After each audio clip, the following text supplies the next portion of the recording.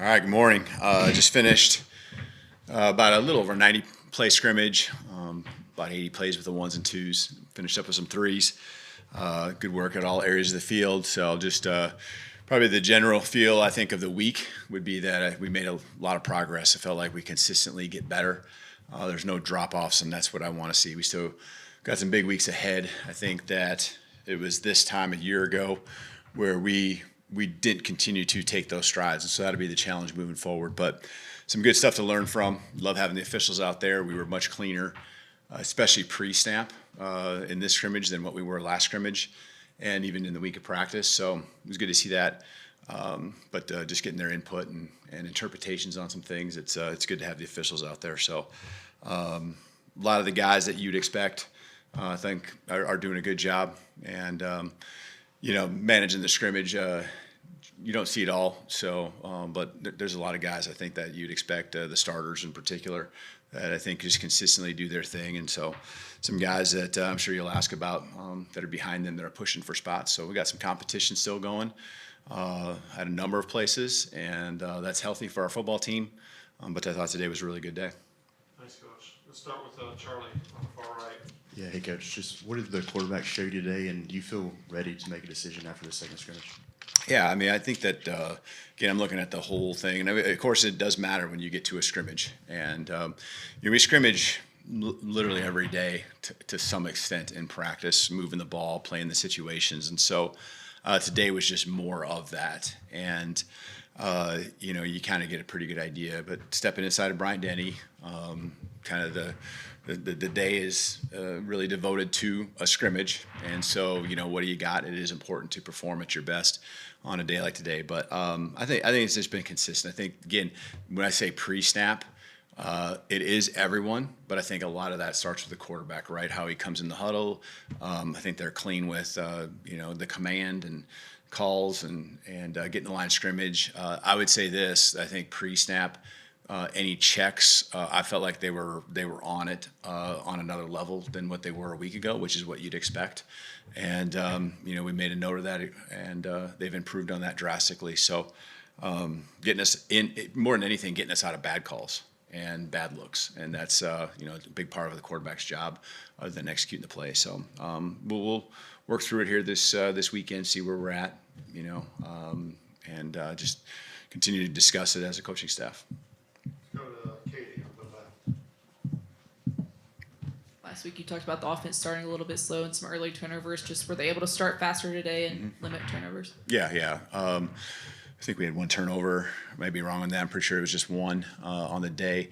And just, again, the intentionality is what I love to see. And last week, the defense, the intentionality on the energy, not just starting, but how they were at the end was really important to them. And that was really tied to a scrimmage scenario and situation we had earlier before scrimmage one, where they dropped off. And, we made a note of that. And then that was, kind of the offense's job now to make sure that they address the areas where we fell short. And I thought they did that. I think they came out and moved the ball down the field early and consistently. It starts again with just getting to the line of scrimmage and your operation there. Everyone breaking a huddle, and all it takes is one guy going to a wrong position, and now the quarterback's trying to get that corrected. So less of that all week in practice, and I think you saw that today. The offense, I thought, did a much better job. You can see that they're honing in on the things that they do well. There's always areas that are weaknesses across the team that we need to continue to work on. The one thing about offensive football, you get to kind of decide what you want to do and what your identity is. And so I think we're really doing a good job the last 4 practices of working in that manner. Let's go to Chase on the right. Who had to sit this scrimmage out, and did you get out of this scrimmage healthy? Due to injury or anything? Yeah, I mean, injury. As far as just guys that are still out, EJ is not scrimmaging, and I'd expect him. We're really hopeful that sometime next week he's coming back to step on the football field and practice. I would put Latsier in the same category, did not scrimmage today. Nick Sherman did suffer an injury today, and he'll be evaluated. It's a lower extremity injury. And so that was it as far as any injuries that happened in the practice today. So is there anyone else here wondering about? Okay. Mike, on the left side. Just how ready do you feel like Trayshawn Brown is to contribute right away? I was going to ask about EJ, but there we go. You just gave that. Yeah. I just really think that Trayshawn, especially going to camp, that's the question, and you just feel more and more comfortable with him out there. Honestly, I felt pretty good about him as a ball carrier. Based on what we saw this spring. He's just always working on ball security and the things that just it's faster at the college level, but he's really adapted well. And then it just leads into pass protections and any checks the quarterback makes. And you can see just he's a smart guy. It matters to him. So he's definitely not noticeable in a bad way out there. He's going out there making plays and continuing to progress. And I think EJ was heading that way too. So it'd be good to get him back out there on the field. Colin? Hey, Kalen. Is there any separation between Keelan and Austin at this point? Depends on what you're looking at. Again, we look at them just moving the ball down the field, and both of them, I have to look exactly the drive charts because they flip so much between ones and twos. But we can go in with either one of them. I feel very comfortable with that, and obviously we got to pick one, and we will pick one. We'll continue to work through that here in the days ahead. Go in the back row to Hunter. Yeah, how's Lorcan, Quinn, and Connor Talty fared in the scrimmages, and are you pleased with their progress this fall?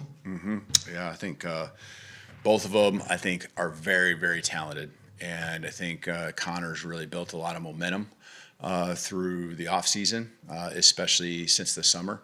Lorcan, you can see what he's got as far as leg strength, whether it's field goals, kickoffs, and just maturity. And so he responds and battles back. There's going to be adversity. You're not going to be perfect as a kicker. So a lot of it is like, what's it look like the next kick? What's your response going to be? And so it's a strong competition right now. It's a battle, and I mean that in a good way because they're both kicking very well. And two more. Let's go to Emily Grace in the back left. Coach, you mentioned that pre-snap was cleaned up. How do you feel like the overall offensive communication was today? A lot of it ends up just not just how you break, but when you get to the line of scrimmage, what that urgency, communication, all of it, just what it feels like, and you can almost anticipate that a play is going to be executed well by how it sounds with the line talking, how they break the huddle, and you can just see there's more and more confidence, and that's leading to. I would just say, generally speaking, this week, you're not having busts like we would have week one.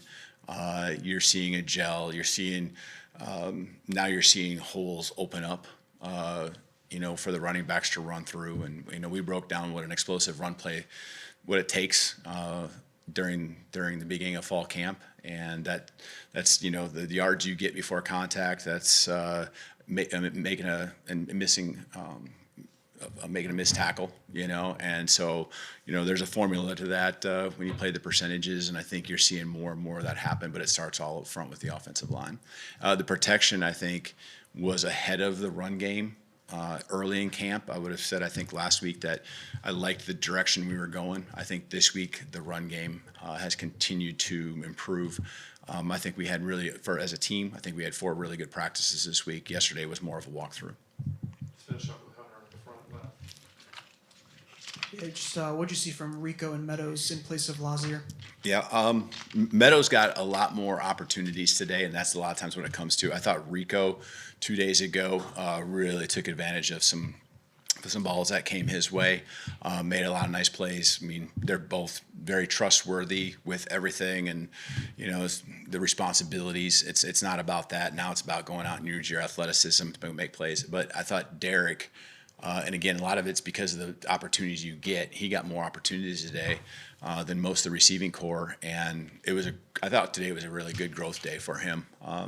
Competitive catches in particular. So using that big body to go up and make some plays.